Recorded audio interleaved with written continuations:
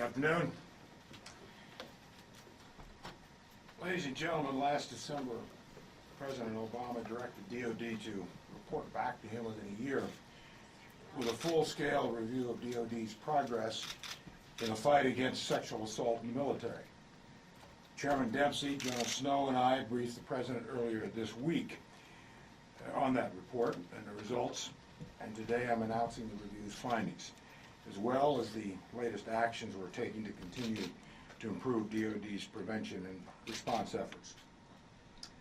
I want to thank everyone, and there were many involved in this, but I want to thank everyone who was involved in this comprehensive review, which was organized and directed by our Sexual Assault Prevention and Response Office and supported by the Defense Manpower Data Center. I want to thank, in particular, our Undersecretary for Personnel and Readiness, Undersecretary Jess Wright. As I think you all know, she has announced her retirement after 40 distinguished years of service to this country. I asked Secretary Wright if she would stay on the job until this mission was complete. She did, and I appreciate that. I know our Defense Department, the men and women of this department appreciate it as well, and thank you, Jess, for your service to this country. Many long and, as I said, distinguished years that you've given to this country. Also, General Jeff Snow, to you, thank you. As you all know, General Snow heads up our SAPRO office. To your team, Jeff, thank you for what you've done, your direction, your leadership, your commitment, and to all who work with you, we appreciate it. I think you all know that General Snow is going to stay after my remarks. I'll take a couple of questions and then he can take you down into the depth of the review and the results and go as far as you want to go with this. We've incidentally briefed members of Congress on this over the last 24 hours, as well as I said, General Dempsey and General Snow and I briefed the President on this 2 days ago, and the White House has all been briefed. The review both was about qualitative and quantitative measures we needed and used both to evaluate our progress here at DOD. We asked the RAND Corporation to independently administer a department-wide survey, which was the largest ever of its kind. It received over 145,000 voluntary responses, which is the highest response rate we've ever seen. We conducted focus groups that gave us not only direct feedback from our own people, but also recommendations, important recommendations, many of which have been incorporated into the directives that I'm issuing today. And for the first time ever, we talked to survivors of sexual assault in the military to learn where they have seen progress and where we need to do better. Overall, the data shows that while there have been indications of real progress, measurable progress over the last 2 years, with improvement in 10 of the 12 specific measures, including reduced prevalence and increased reporting, we still have a long way to go. Sexual assault threatens the lives and well-being of both the women and the men who serve our country in uniform. It destroys the bonds of trust and confidence, which is at the heart of our military. Eradicating sexual assault from our ranks is not only essential to the long-term health and readiness of the force, it is also about honoring our highest commitments to protect our fellow soldiers, sailors, airmen, and Marines.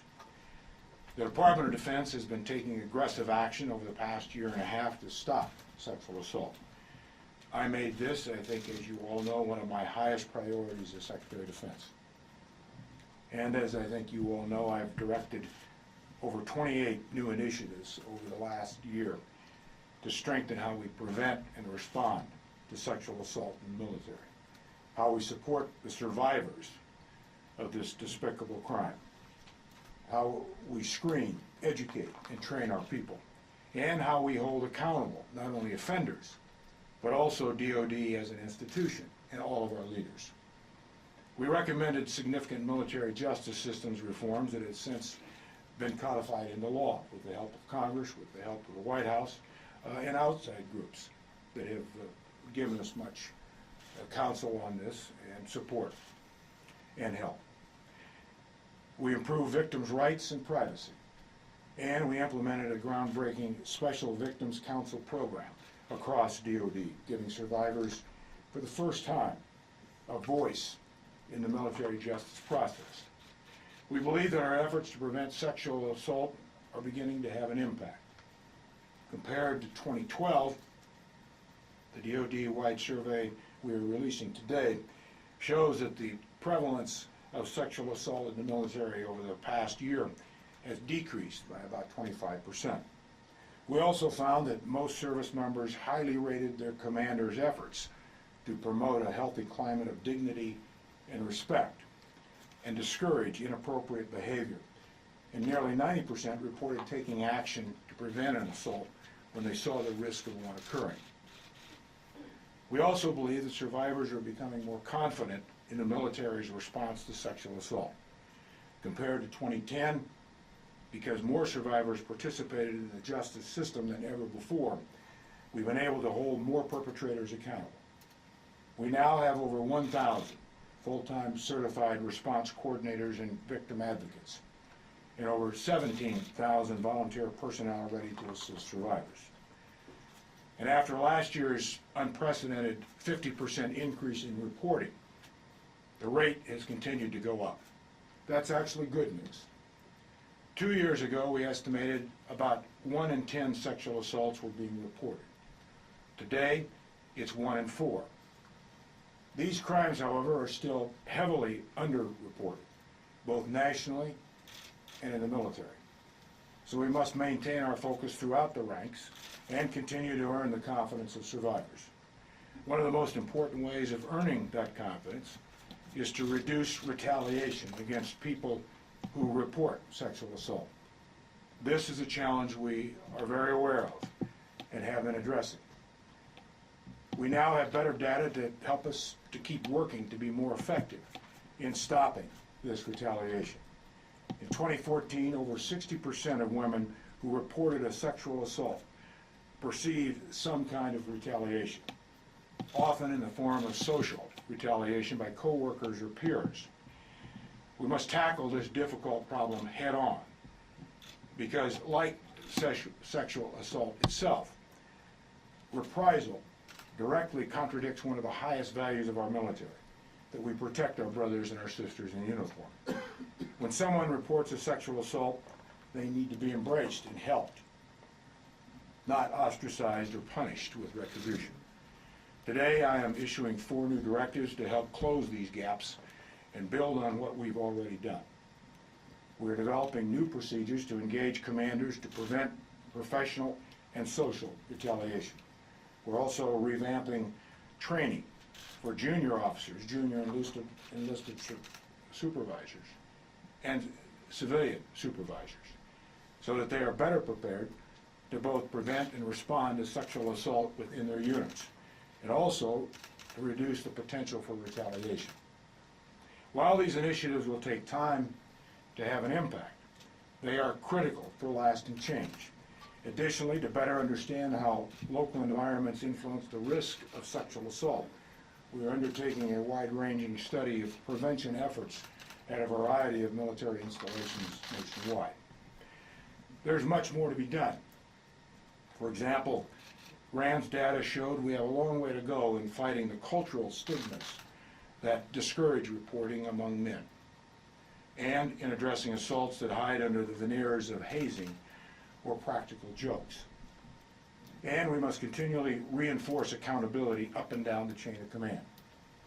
Based on the many conversations I've had with service members all over this country and around the world, I'm also concerned that there may be an increasing use of social media for sexual harassment.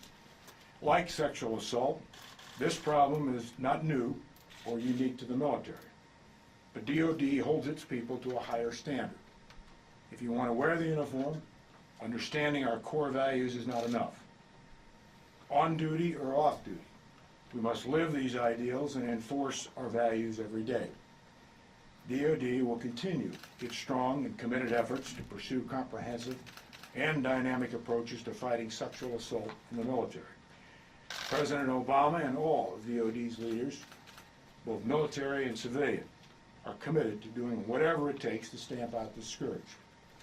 In May, I told you about my visit to the DoD Safe Helpline for survivors of sexual assault. I told you about the wall I saw that was covered in anonymous Post-it notes. Notes that contained inspiring words of thanks spoken by individuals who called into the hotline. I thought about those notes, as I know all our leaders have over the months. We ultimately want a military with no more victims, no more calls, no more Post-it notes, no more needed help, and no more efforts to stop it, because it will be stopped. We're not there yet, but we will get there. Until then, we'll continue working relentlessly to prevent sexual assault, and we will give survivors the help and support they need. I want to thank you all for your coverage of this issue, your continued coverage. And before I take a couple of questions, I want to acknowledge our vice chiefs of our services, some chiefs here who are with us this afternoon. Their efforts, their leadership, their commitment to stamping out sexual assault would not have come as far as we have come. Thank you. Without your help and all of your people, and I'm glad you're here today. It's been a privilege to work with you on this and many other issues. Thank you very much for what you do. Ladies and gentlemen, thank you. Before General Snow proceeds with his details and answering your questions of the results and recommendations, I'd be glad to take a couple of your questions. Lita. Mr. Secretary, if I might, I'd like to ask you something on a separate topic. As you've seen over the last couple of days, there's been a lot of reporting on your decision to resign, including a lot of observation that you were forced out or forced to resign. Did you feel pressure to resign, either spoken or unspoken, at all? And did that play a role in your decision? And John McCain said that he talked to you about this and that you expressed some frustration with national security decision making, and he pointed to micromanagement. Was that also a factor in your decision, and how big a problem do you think that was and is? Well, as to your first comment, I haven't really noticed there's been any attention given to this over the last year, but I'm flattered, especially the last week, you concern yourselves about this. The real question that you asked, I would answer it this way. First, you've heard the President's comments on this, and I'll let those comments speak for themselves. But the President and I, over the last few weeks, have had private discussions. When I say private, no one else has been in the room, President of the United States and me. So with all the speculation and all the smart people figuring out what was said and what wasn't said, only two people know what was said. That's the President and me. So I'll give you my brief version, and you need to ask the President for his, but he has spoken, I think, directly on this. I submitted my resignation to the President of the United States. This was a mutual decision based on the discussions that we had. I don't think there's ever one overriding or defining decision in situations like this, unless there's some obvious issue, and there wasn't between either one of us. I always looked at this job as a job, first, of immense privilege, which I have expressed to the President, and I said so. many times over, which I'll always be grateful to the President for this privilege. But also, when you look over the last 2 years, and it will be 2 years in February I've been here, part of leadership is as you build and hopefully build and participate and contribute to an institution, is you build on a process. I built on to what my predecessors, my most immediate predecessors, Secretary Gates and Secretary Panetta, did, what they had to do. I took on a different set of challenges over the last 2 years. And the preparation of an institution is probably the most significant responsibility a leader has, to hand that off to someone who is coming in behind you. And the discussions the President and I had were about the next 2 years. How is he best prepared to lead this country? And how is this institution best prepared to do the things that he must have assurance that are prepared to do? Options, capabilities, capacities. And going back to the first point I made about the last 2 years, we've had a tremendous amount of challenges over the last 2 years, and I'm very proud of how this institution and its leaders, Chairman Dempsey, all of our chiefs, our secretaries, both military, uniform, and civilian, have handled them, have responded. I'm proud of my leadership over here, how we've done it. But the next 2 years is another zone, I think, of kinds of challenges for this country. And leaders have to be wise enough to know that. And as we talked through it, the President and I did, we both came to the conclusion that I think the country was best served with new leadership. He thought it was over in this institution after we had talked through it. I made my contribution during my time, and I'm proud of that, of what we did.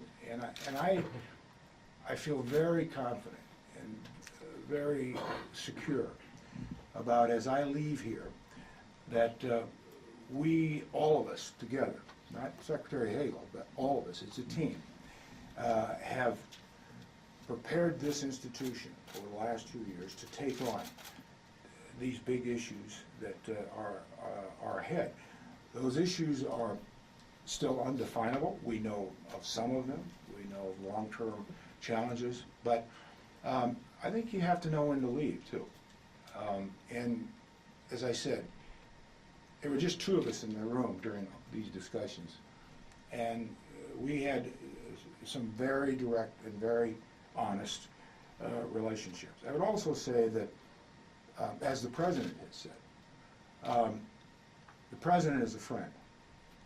I consider him a friend. He said that about me, which I appreciate. Friends can talk plainly to each other. He's President of the United States. I serve with pleasure with the President of the United States. But we talked as friends. We talked as Americans. We talked as senior leaders for this country who both have awesome responsibility. As to any differences, and you're referencing Senator McCain, there were no major differences in any major area. Sure, there are always issues of style and how you get things done, and are things moving fast enough, but this country is, as I've said, is well served to have a president like President Obama, who is thoughtful, who's careful.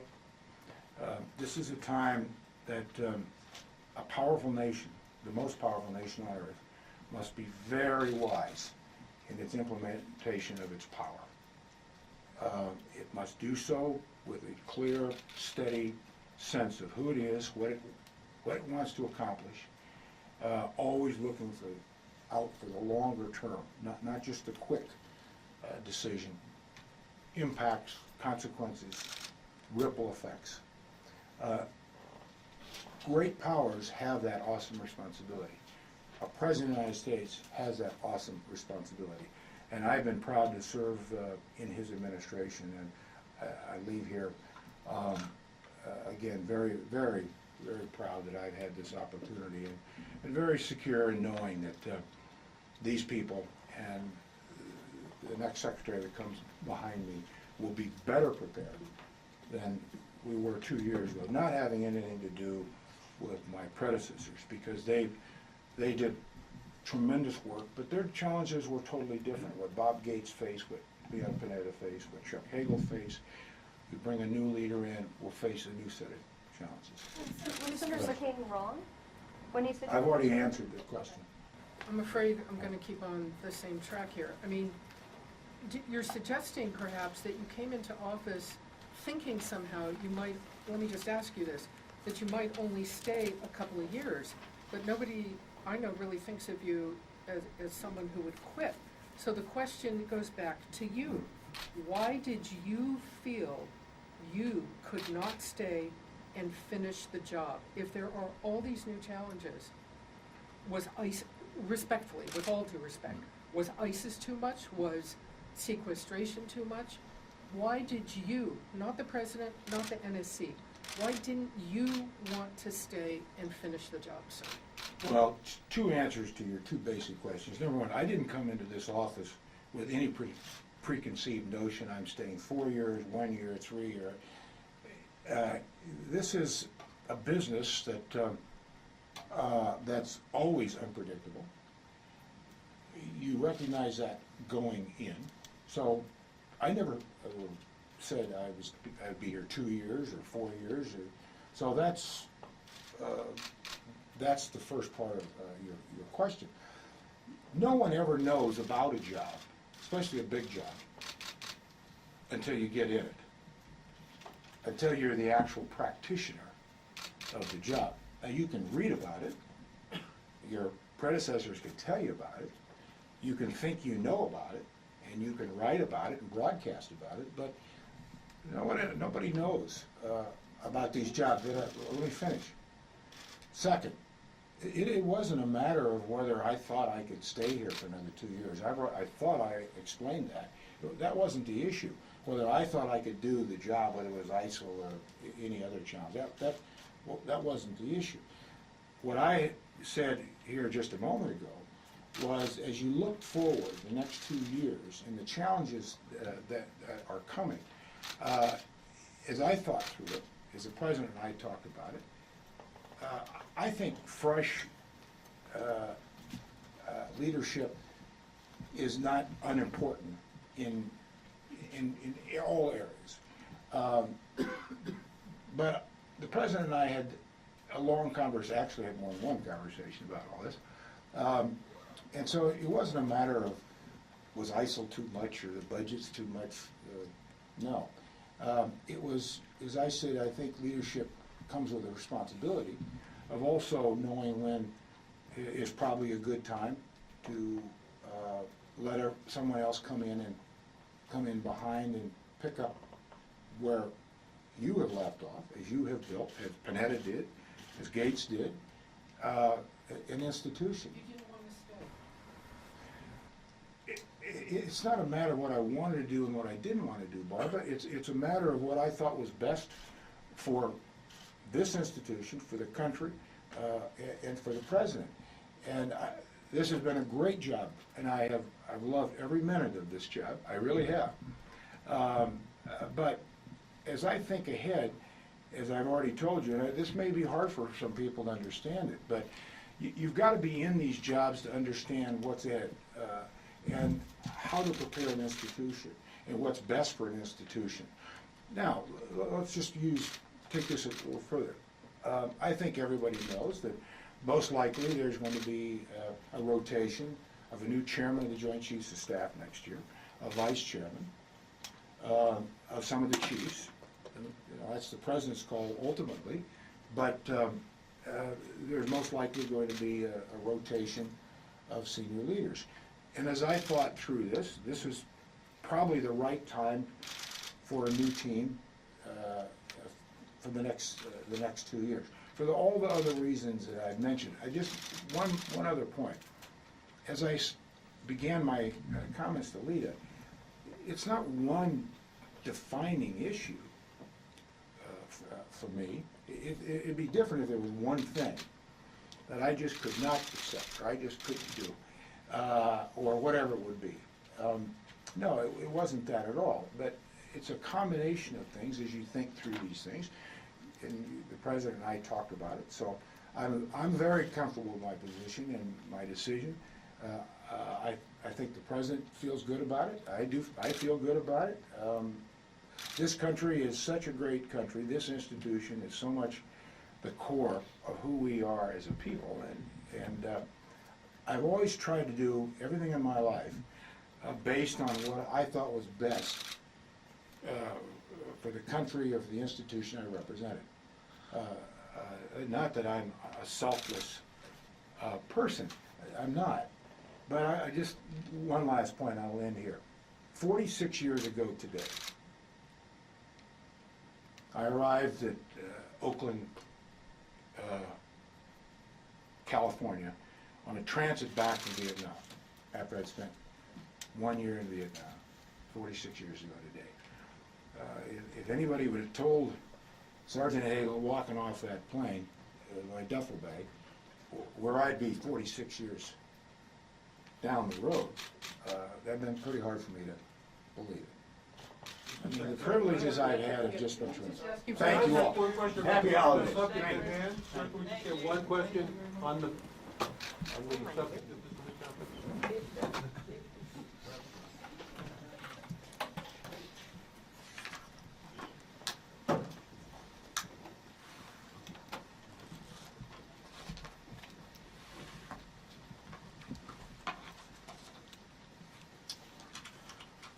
Okay.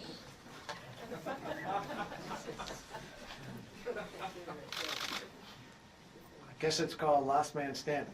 Well, listen, I'd like to follow up and as the Secretary articulated, kind of go into the details of the report. So, walk you through a set of slides, try and hit the highlights, reinforce some of the points. First point I'd like to make is this report is comprehensive. It covers a lot of ground. It's over 1,000 pages long. In addition to the overall report by the Department of Defense, each of the military departments and the National Guard Bureau contributed a supporting report further detailing their progress. The Secretary also agreed to a request by the Coast Guard to include a submission because they model their program after ours. The report reviews by line of effort significant improvements made in the sexual assault prevention and response program, criminal investigations, and the military justice system over the past 3 years. The report contains preliminary results from a force-wide prevalence survey conducted independently this year by the RAND Corporation and overseen by Dr. Andrew Morale and Dr. Christy Gore, both of which are here today. They will be providing a separate briefing on the results of their survey following today's press conference. It also contains results from the new Survivor Experience Survey, what the Secretary mentioned, and a service member focus group effort, both fielded by the Defense Manpower Data Center and overseen by Dr. Elizabeth Van Winkle, also here today. The report further provides provisional statistical data about the reports of sexual assault received by the Department during fiscal year 2014. While we believe this report demonstrates significant progress, we are in no way suggesting that we have accomplished our mission of eliminating sexual assault from the United States Armed Forces. We've got much more work to do, and to this end, as you just heard, the Secretary is directing initiatives to further enhance the growing climate of dignity and respect. Now, as most of you know, the Department established its sexual assault prevention and response program in 2005. In the ensuing years, we've taken many steps to enhance and improve our efforts to help victims heal, hold offenders appropriately accountable, and encourage force-wide support in the prevention of these crimes. However, starting in 2012, then Secretary Panetta and Secretary Hagel energized the program by giving it their personal attention. In 2012, the Joint Chiefs of Staff also provided strategic guidance to the field on sexual assault prevention and response, guidance that eventually became the department-wide strategic plan that Secretary Hagel issued in 2013. This unprecedented, sustained senior leadership engagement has driven much of the progress contained in the report to the President. In fact, Mr. Hagel's willingness to put this problem on his weekly schedule has been a key factor that has sustained much of the attention paid to this problem. Over the past 3 years, the Secretaries of Defense have directed 41 initiatives to improve, expand, or field new capabilities for sexual assault prevention and response. Many of these initiatives have been codified by law, making them permanent. To assist with describing our system and illustrating progress along key points in the system, the White House requested that the Department develop metrics. In February this year, the Department delivered and the White House approved a set of 12 metrics. Also included were a set of 6 non-metrics designed to illustrate certain aspects of the military justice system. While metrics are typically developed with the understanding that inputs can be tailored to generate certain outcomes, the non-metrics are simply observations about the justice system that we try not to influence, as doing so would be considered undue command influence under military law. As the Secretary just told you, overall, the Department found evidence in 10 of 12 metrics. Descriptions of these metrics and a summary about our progress on them have been included in the back of the slide deck provided to you.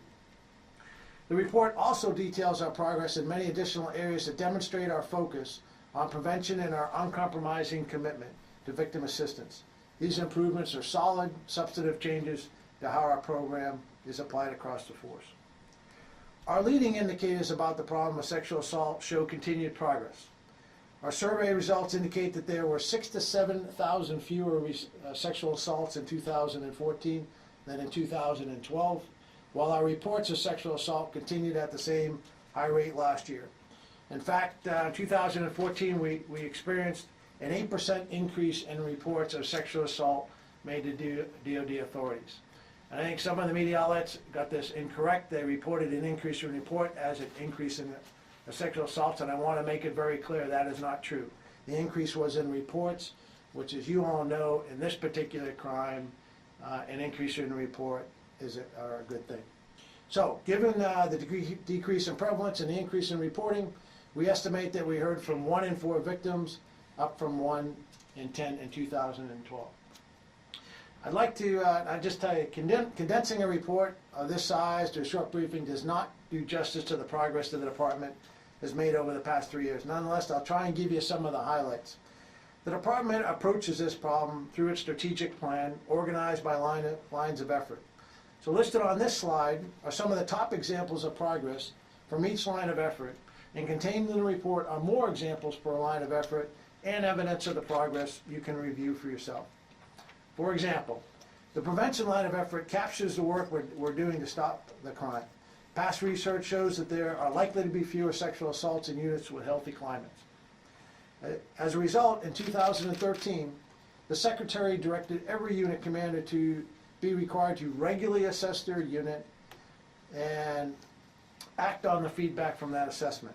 That assessment process includes some accountability measures as well. Each commander's immediate supervisor is also provided the results of that assessment. And then each of the services has implemented policy that allows unit commanders' actions to be assessed annually on their performance evaluation. So this cycle of assessment, feedback, action, and evaluation is something that the Department has not had in prior years. And we do expect it to be particularly powerful aid in promoting long-lasting and meaningful organizational change to prevent not only sexual assault, but other factors that impact unit health. Another top example of progress is something that was just fully enacted this year across the Department. That is the Special Victims Counsel Program, as it is known in the Army and Air Force, and the Victims Legal Counsel Program, as it is known in the Navy and the Marine Corps. And this is the program that provides an attorney to victims of sexual assault for consultation and representation in the military justice process. While this program is less than a year old, initial indications are that the victims are highly satisfied with the services rendered by these attorneys. We will be watching closely how this program impacts sexual assault reporting and victim participation as it matures and becomes a robust part of the Department's response system and justice process. While time will not permit me to go into greater detail on these and other examples of progress, the steps we have taken, energized by our leadership, are real and tangible, and this progress has a demonstrable effect on some of the statistics that I'd like to go into. As many of you know, we use prevalence rates to estimate the extent of the sexual assault in the military. Between 2012 and 2014, prevalence of unwanted sexual contact decreased significantly for military women and trended downward for men. Rates of unwanted sexual contact are down significantly for both men and women from levels seen in 2006. The prevalence estimates this year came from a RAND military workplace study, an independent survey effort taken at the request of the leadership of the Senate Armed Services Committee. And Dr. Morale will describe this effort in more detail at another press event following this one. Now, as I said earlier, official reports of sexual assault in 2014 continued at the same high levels we saw in 2013 and actually increased by 8%. As you can see in the chart, reporting increased substantially between 2012 and 2014. Last year and this year, and I think this is an important statistic, 9% of the reports we received were from victims who were seeking assistance from an incident that occurred prior to them coming into the military service. We see these reports as particularly encouraging and as an indicator of confidence in the response system. Victims in these cases are only seeking assistance as the department lacks jurisdiction over the perpetrators in nearly all of these cases. This chart demonstrates the progress the department is making in closing the gap between our estimated prevalence of sexual assault and the reporting of the crime. The blue points across the top of the slide are population estimates of active duty service members who experience unwanted sexual contact in the years noted and are based on the scientifically conducted surveys of the force. As you can see, in 2014, about 4.3% of women and 0.9% of men indicated experience unwanted sexual contact in the year prior to being surveyed. So using these rates, we estimate that about 19,000 service members experienced unwanted sexual contact in 2014. The red points across the bottom of the chart are the number of active duty service members who make a report of sexual assault in the years noted. These are reports made to law enforcement or sexual assault response coordinators, and as you can see, the number of active duty service members making a report increased substantially in the past 2 years. And this year, we received a report from 4,608 service members. So given this year's prevalence and reporting rates, we estimate that we received a report from about 24%, or the 1 in 4 military victims of sexual assault in 2014. And this is up from about 11%, or 1 in 10 victims in 2012. So that is progress in terms of closing this gap. However, there is considerable difference in estimated reporting rates between women and men. While we estimate that 40% of female victims made a report in 2014, only 10% of estimated male victims made a report. So clearly we have more work to do to encourage men to come forward.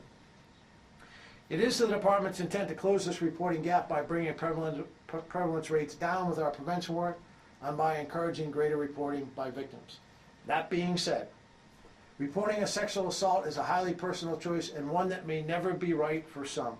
We respect that decision, and for them, we have the support and services available through the DoD Safe Helpline, which is 100% anonymous and available 24 hours a day, 7 days a week. For those victims who are considering reporting to the department, we've provided them with options and services which they can choose to assist them with the handling, and if desired, help them navigate the military justice process.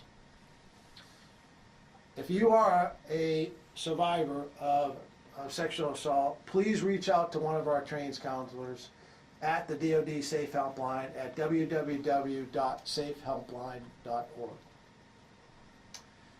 This slide demonstrates the disposition of military members made by commanders under the legal authority of the department. Of the 2,419 service members accused of a sexual assault, the department had evidence to take some kind of action against 73% of them. Actions could be taken for a sexual assault offense or any other form of misconduct that was discovered during the criminal investigation.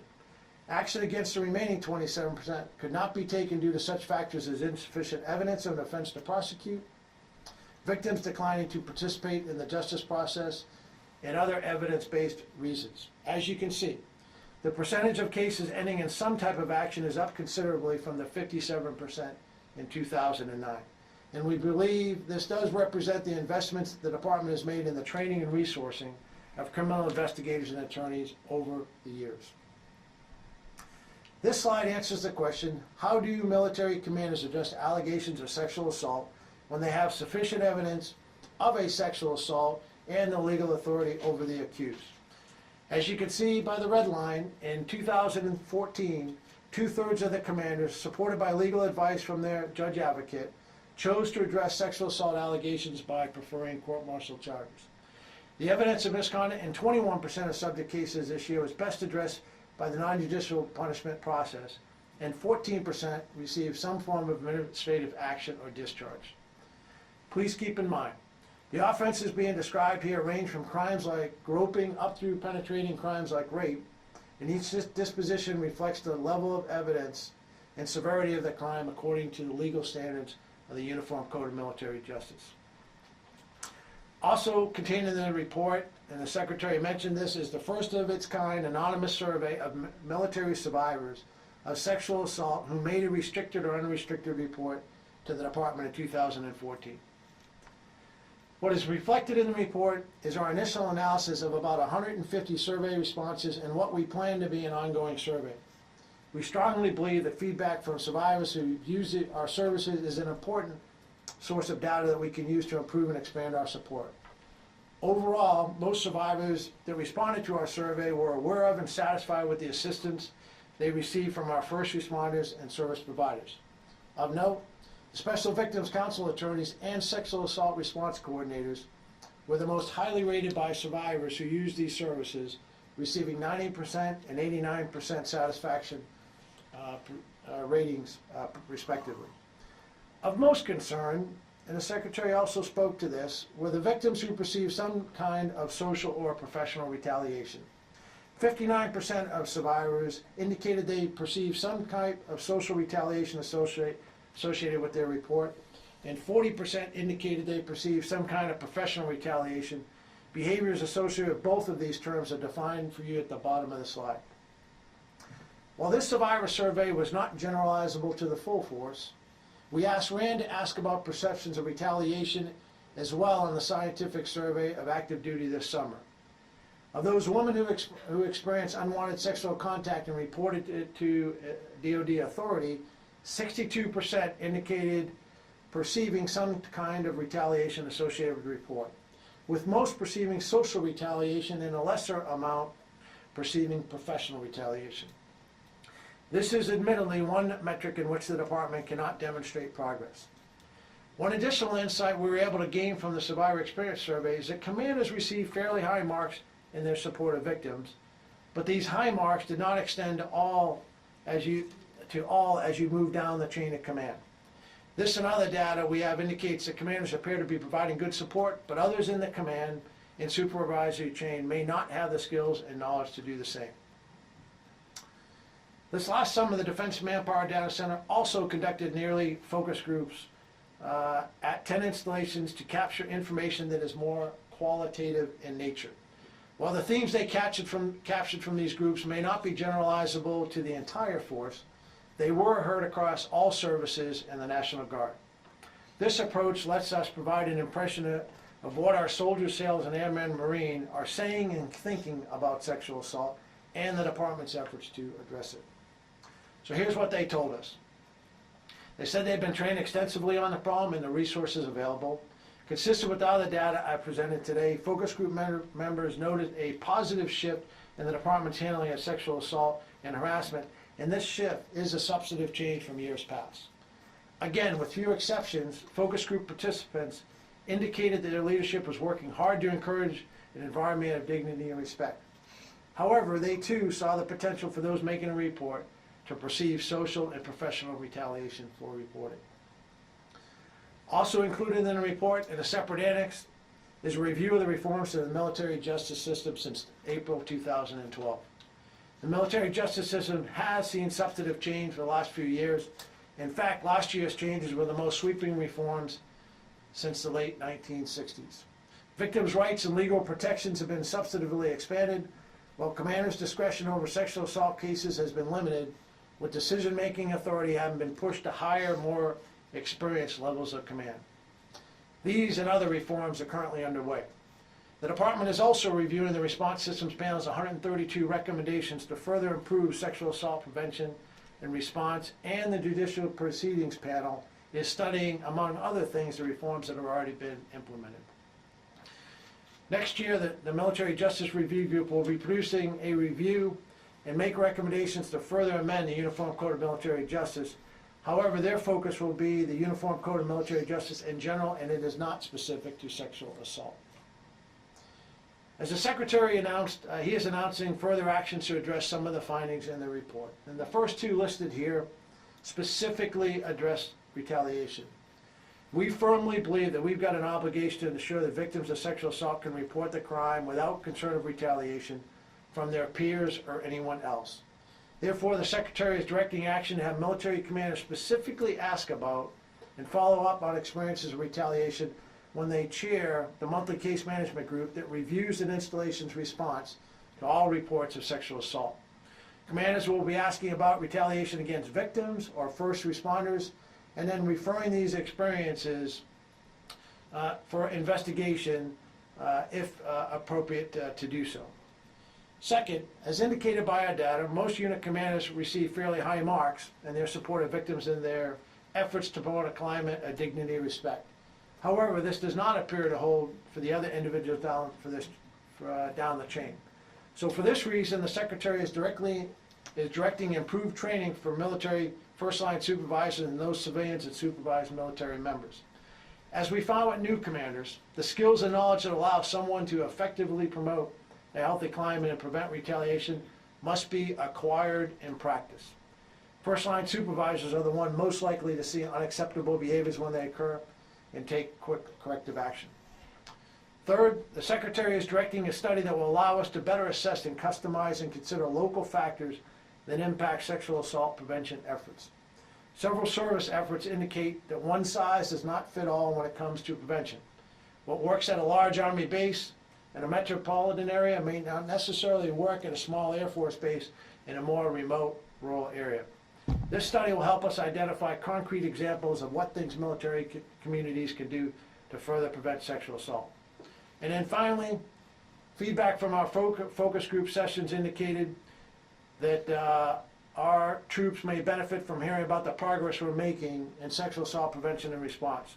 So this final directive will require the service to provide feedback directly to our soldiers, sailors, and airmen and Marines in an interactive way. In summary, the Department's report documents substantive and comprehensive progress since 2012. Progress we do think was ignited by senior leader engagement, a commitment to transparency and collaboration with experts, members of Congress, and other federal partners. However, no one here is declaring success. You just heard that from the Secretary, and I'll reiterate it. We have much more work to do. However, any decrease in prevalence indicates that there are fewer victims of this horrible crime, and I think we all would agree that is a step in the right direction. We will continue to monitor and publicize our progress. We are not satisfied and recognize that future progress will be defined by continued decreases in prevalence of sexual assault. It is our intention to continue prevention work as broadly and as creatively as possible so as to reach our goal of eliminating sexual assault from the military. Our focus is truly on reinforcing a climate where sexual assault is seen as acceptable, not just because it's illegal, but because it is counter to our core values. At this point, I'll be joined by the Department's highly qualified expert, Dr. Nate Galbarth, who I'm very fortunate to have as my partner in this effort, and we'll be happy to take your questions. Lolita. Two things. One on the retaliation, you've all addressed that quite a bit, but obviously last year's 50% spike, do you think that played any role in the fact that there was a lot of retaliation and that there was only a smaller increase this year, the 8%? Do you think that the retaliation issue tamped down reporting to some degree over time? And how do you address that with, these are officers, obviously, it sounds like, who people are claiming a retaliation, even if they're first line. Do you add training? How do you get to those first line people that you haven't yet done, and I sort of have a follow-up on the prosecution. Okay, let me take a step at it now, Sure. Dr. Galbraith. You said something though that's not Okay. accurate per se. So last year, you are correct, we had a 50% increase in reports. The challenge last year was that when we reported that, unfortunately, we did not have a prevalency survey, and we didn't have the feedback from that it specifically addresses retaliation. So it's difficult to know and link the two, okay? So when we talk that the department has not made progress, we're talking about not making progress from the retaliation rate that was found by the WGR report in 2012 compared to 2014.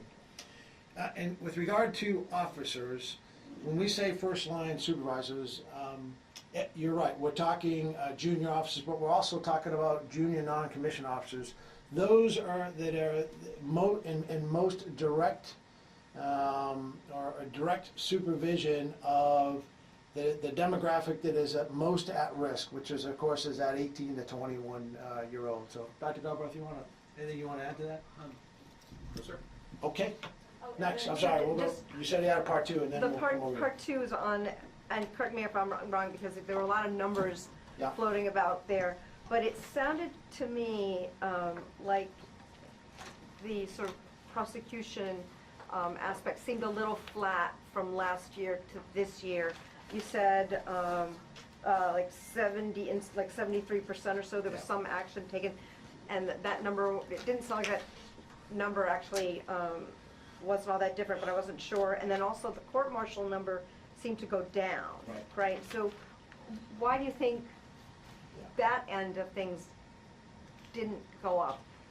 Well, let me just say this. I mean, that's why I made the point, and I talked specifically evidence-based. So this is one of those metrics where we report it, but that's what the evidence presents. So the fact that it happened to be the same last year and this year, we just see that as the facts as it came to us.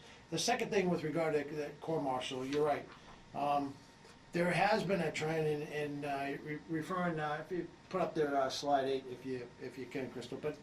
But what you're showing is, if you look at this, what it shows is that when the documentary came out in the Visible War, it shows that hey, there was probably some truth in that, given given the evidence that was presented. But obviously we have come a long way from 2009 forward. Just because there's been a slight decrease, that is what the evidence shows for 2014.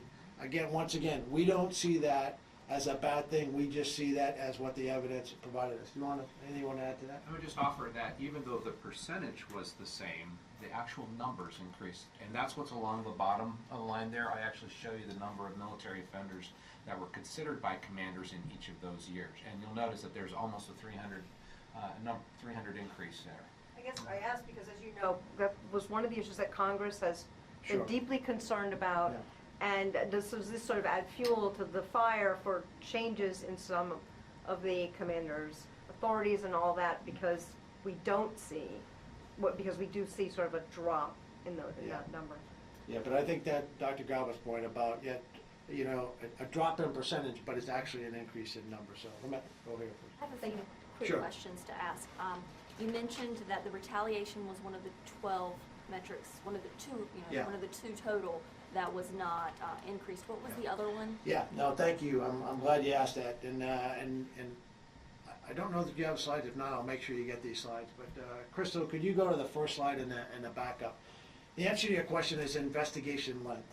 Okay, investigation length. So yes, any time this crime is reported, it is referred to a military criminal investigative organization. It must be investigated. And what we found is that the investigation length increased from 4 months to 4.7 months. As we really looked at this, you'll note when you actually look at the slide, we didn't claim that as progress, but we didn't say that's not progress either. And I'll tell you why. Reporting has increased dramatically. And what we've noticed is a number of these reports are from reports that are happening not just in the past year, but but years prior to that. So the fact it's taken us longer to investigate them, we don't think that's a bad thing. And upon reflection, although we listed it as a metric, we probably should have made it a non-metric. It is what it is, okay? Also Thanks. on this, I had a question about, you mentioned that military commanders' discretion over sexual assault cases were limited. Yes. And their decision-making authority has been limited. Can you give us more specific, how are they limited? What are the changes exactly? Do you want to address that one? Absolutely. One of the things that Secretary Panetta did in 2012 is he elevated the initial disposition authority to 06 level officers, captains in the Navy and colonels in the Army and the Air Force that had special court-martial convening authority. So basically what that meant is, one of the concerns is when an offender, when a commander gets a report of investigation and has to decide what to do, what if that commander knows this person that's been accused and they're under their command? Well, the concern is that maybe those decisions aren't as independent as they should be. And so what Secretary Panetta directed was to elevate that decision up out of that unit and to a much higher level in the chain so that it hit a more seasoned, experienced officer who was removed from all the parties involved to be able to give the initial decision on what are we going to do with this case. Is it going to go to court-martial, just punishment, things like that. In addition to that, there have been a number of things. Changes to Article 60, which addresses clemency, so the ability of a commander to set aside a verdict after finding of guilt has been almost all but taken away. And there are a number of reforms that I would refer you to the judge advocates that could go into more detail. But those are two of the most significant ones. And so my final on that with the clemency, have you seen a change in the number of cases that get overthrown? Because for a victim, that's probably the worst thing, to get a conviction and then to see another officer overthrow that. Have you seen significant differences in the number of cases? Well, I haven't seen any. Yeah. There haven't. The last one that we were aware of was the Wilkinson case. Yeah. So if I could just conclude on that. So I'm glad you asked the question because, there was an article in the New York Times that wrote extensively about this. And what I'd highlight for you in that comment that Dr. Garbott just weighs in, our system has changed so fundamentally that what happened in that particular case that's received a lot of publicity for all of the right reasons, but that can't happen, okay? And so that's why we say we've not had any evidence, it just hasn't happened. Yes? About the sex offenders themselves is, we've been reporting on how hundreds of them, after they get out of the military brig, end up falling off the radar, not onto any public sex offender registry. And the Inspector General of DOD talked about in August how right now the military's inability to register sex offenders while they're still in confinement helps these offenders evade registration. So the question is there's a push on the Hill to change that. Where does the Pentagon stand on this issue? I think that's one that I'm gonna have to take. I don't. That's not our. Yeah, Policy's not in our office. I was just gonna say that is one probably better left to someone else, and probably the IG or maybe OGC within the department. But I don't have a good It response. has not come to your attention yet. No, it is not. I knew. I have seen an extract of what you are describing, but I will tell you that is not one that I am well versed in. Should the Pentagon, if this is the office essentially that is in charge of looking at sexual assault prevention and response, Yeah. should there be an aspect of prevention and response of further sexual assaults in the civilian community as well that comes under your leadership? I think we have a relationship and we work very closely. This has just not been one that again, in my experience over the course of last year, that we've had that. But in light of your question, we'll obviously take a hard look at that. So thank you. Yes. Hi, General. I wanted to ask about the screening of troops in positions of trust that Secretary Hagel has ordered or had ordered. Yes. As you know, the Army disqualified 588 soldiers. I'm wondering if that screening is ongoing and how many troops have been disqualified from those positions and how many have been discharged from service. Tom, I can tell you the answer to the question, is screening ongoing, is yes. In the wake of that analysis, we're working to kind of take that to the next level and automate some of that. As to the specific, your specific question, I'd have to defer to the Army on what their latest numbers are. I'm sorry, I just don't have that. Yes. I want to ask you a question on the retaliation. Yeah. In the report today, it indicates that the percentage of people in the survey who indicated that they perceived some form of retaliation has remained unchanged between 2012 and 2014. Right. First of all, what is the mechanism for someone who feels retaliated to complain about that retaliation? And second, is there any data indicating that the Department of Defense has prosecuted or investigated these claims of retaliation? Well, let me take the first one, and I'll turn it over to you for the second one. Retaliation is such a tough issue. I mean, we would hope that if an individual was really to come forward and report that they'd been retaliated on, that they would tell someone, whether it's in the chain of command or outside of the chain of command. I can tell you, if it were to come to the leadership attention, then it would be investigated and followed up. Unfortunately, we don't have a lot of statistics yet that tell us what in fact has been referred to investigation, and we hope to have more evidence of that as part of the annual report. Anything you want to add to that? And as an Air Force Office of Special Investigations agent for 12 years of my military career, I followed up on any report of retaliation because that was witness intimidation. That's something that I definitely wanted to get after and hold people appropriately accountable.